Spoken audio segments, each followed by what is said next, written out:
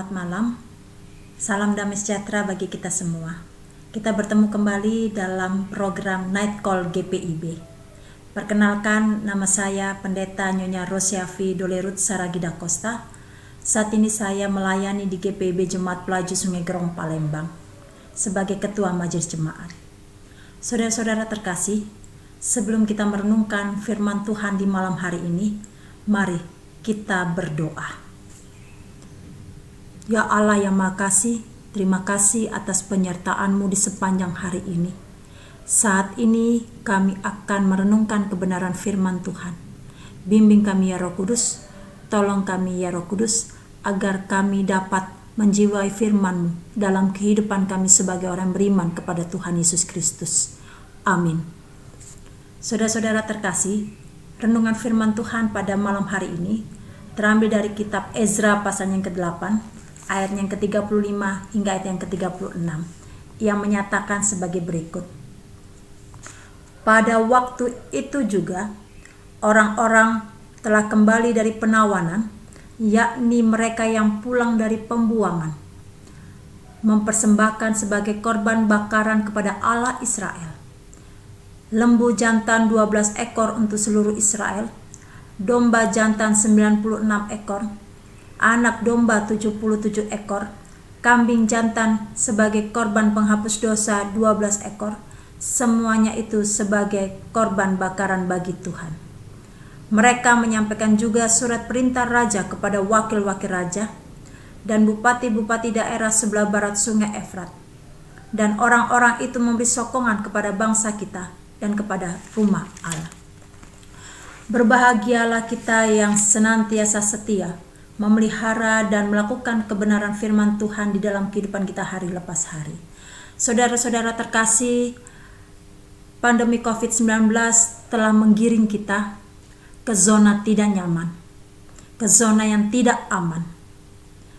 Sebelum ada pandemi COVID-19, kita bisa leluasa beraktivitas dalam sehari-hari.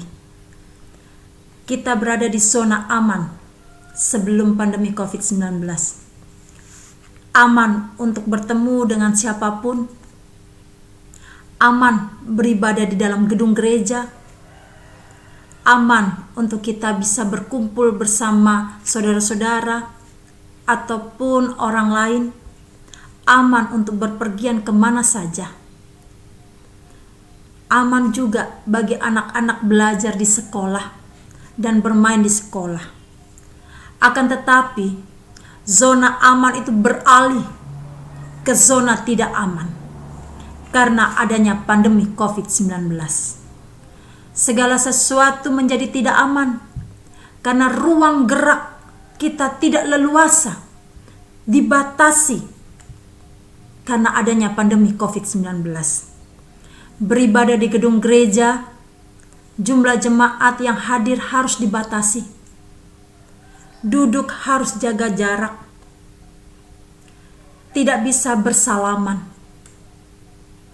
Anak-anak yang biasanya ikut dalam sekolah minggu, akhirnya mereka di rumah dan ikut ibadah sekolah minggu di rumah. Anak-anak yang biasanya belajar di sekolah, pandemi COVID-19 mengharuskan mereka untuk belajar di rumah. Sebelum pandemi COVID-19, mereka bermain leluasa di sekolah. Adanya pandemi COVID-19, anak-anak hanya bermain di rumah. Pandemi COVID-19 memberikan dampak yang signifikan bagi semua orang, bagi segala usia, bahkan bagi perekonomian, baik bagi perekonomian keluarga, perekonomian perusahaan, perekonomian bangsa, bahkan perekonomian gereja. Gelombang pengangguran semakin meningkat. Saudara-saudara terkasih, meskipun kita berada di zona tidak aman karena pandemi COVID-19, akan tetapi ada satu hal yang pasti, akan ada satu hal yang aman dalam kehidupan kita, yaitu penyertaan Tuhan. penyertaan Tuhan selalu dinyatakan bagi umatnya, seperti yang dialami bangsa Israel ketika mereka keluar dari tanah pembuangan Babel menuju ke Yerusalem.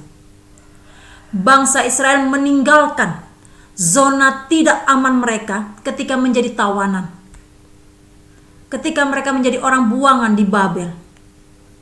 Meskipun berada di zona tidak aman karena menjadi orang buangan, Tuhan tetap ada bersama dengan bangsa Israel. Tuhan tetap menyertai umat Israel. Saudara-saudara terkasih, penyertaan Tuhan nyata ketika bangsa Israel diperkenankan pulang ke Yerusalem. Bangsa Israel mengekspresikan pembebasan dari tawanan dan kembali ke Yerusalem dengan mempersembahkan korban bakaran, sekaligus persembahan korban penghapus dosa, sebagai bentuk pengakuan dan kesadaran mereka atas ketidaktaatan kepada Allah. Saudara-saudara yang terkasih, perjalanan dan pengalaman iman bangsa Israel kembali ke Yerusalem menjadi refleksi atau perenungan bagi kita di masa pandemi COVID-19 ini, bahwa Allah tidak pernah meninggalkan kita dalam keadaan sulit. Allah tidak pernah meninggalkan kita dalam keterpurukan. Allah tidak pernah meninggalkan kita untuk kita harus berlama-lama menderita di tengah-tengah ancaman pandemi COVID-19. Bukti nyata, saudara-saudara terkasih, kita dapat beraktivitas di sepanjang hari ini di tengah badai pandemi COVID-19, semua karena penyertaan Tuhan.